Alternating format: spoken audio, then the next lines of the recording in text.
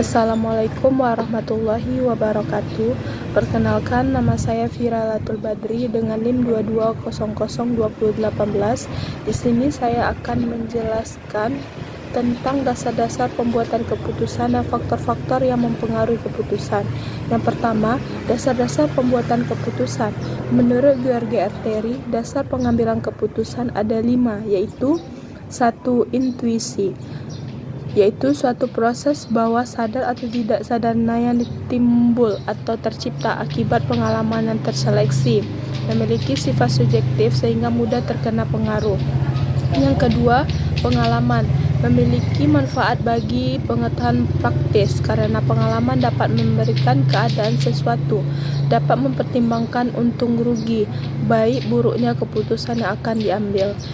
Yang ketiga, fakta. Pengambilan keputusan berdasarkan fakta dapat memberikan keputusan yang sehat, solid, dan baik. Meningkatkan kepercayaan terhadap pengambilan keputusan dapat lebih tinggi, sehingga orang dapat menerima keputusan-keputusan yang dapat dibuat dengan rela dan lapang dada. Yang keempat, wewenang. Pengambilan keputusan berdasarkan wewenang biasanya dilakukan oleh pemimpin terhadap bawahannya atau orang yang lebih tinggi kedudukannya terhadap orang yang rendah kedudukannya. Yang kelima, rasional.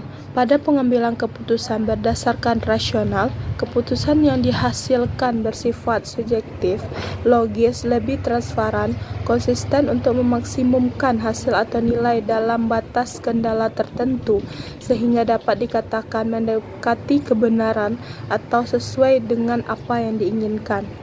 Ada beberapa hal yang harus diperhatikan dalam pengambilan keputusan secara rasional.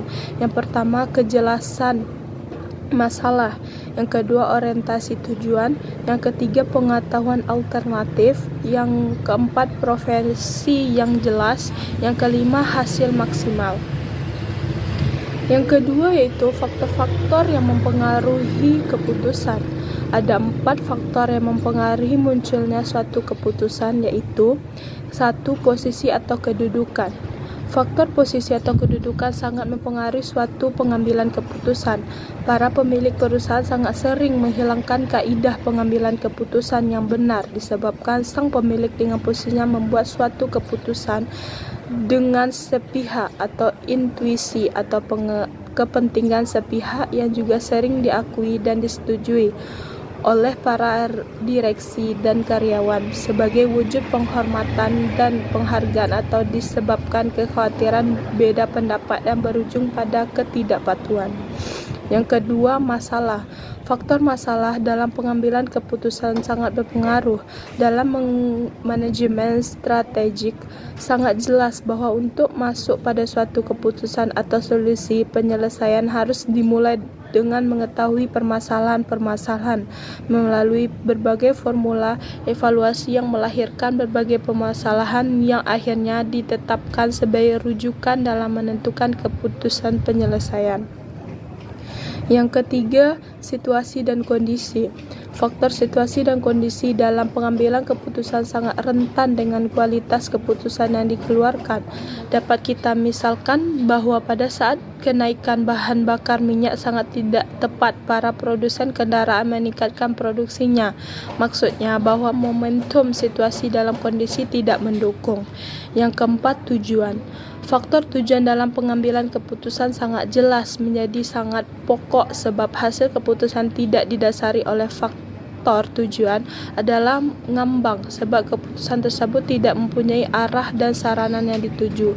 Namun dalam berbagai keputusan yang pernah ada, rata-rata menempatkan tujuan menjadi faktor utama, baik tujuan yang mengarah pada hal negatif atau positif organisasi maupun sebaliknya, baik tujuan pribadi maupun tujuan organisasi. Faktor lain yang dianggap sangat mendasari dalam pembuatan keputusan yaitu yang pertama, keadaan internal organisasi. Keadaan internal organisasi sangat berpengaruh dalam pengambilan keputusan. Hal ini didasari oleh keadaan organisasi. Adapun hal-hal kesiapan organisasi yang diambil antara lain, kesiapan organisasi berupa dana, kemampuan karyawan, kelengkapan peralatan organisasi dan struktur organisasi. Yang kedua, keadaan eksternal organisasi. Keadaan eksternal organisasi terdapat keputusan menjadi sangat penting sehingga para pengambilan keputusan harus mempertimbangkan faktor-faktor eksternal yang mempengaruhi karena itu dipengaruhi identifikasi, evaluasi, dan diagnosa terhadap lingkungan eksternal. Yang ketiga, tersedianya informasi yang diperlukan.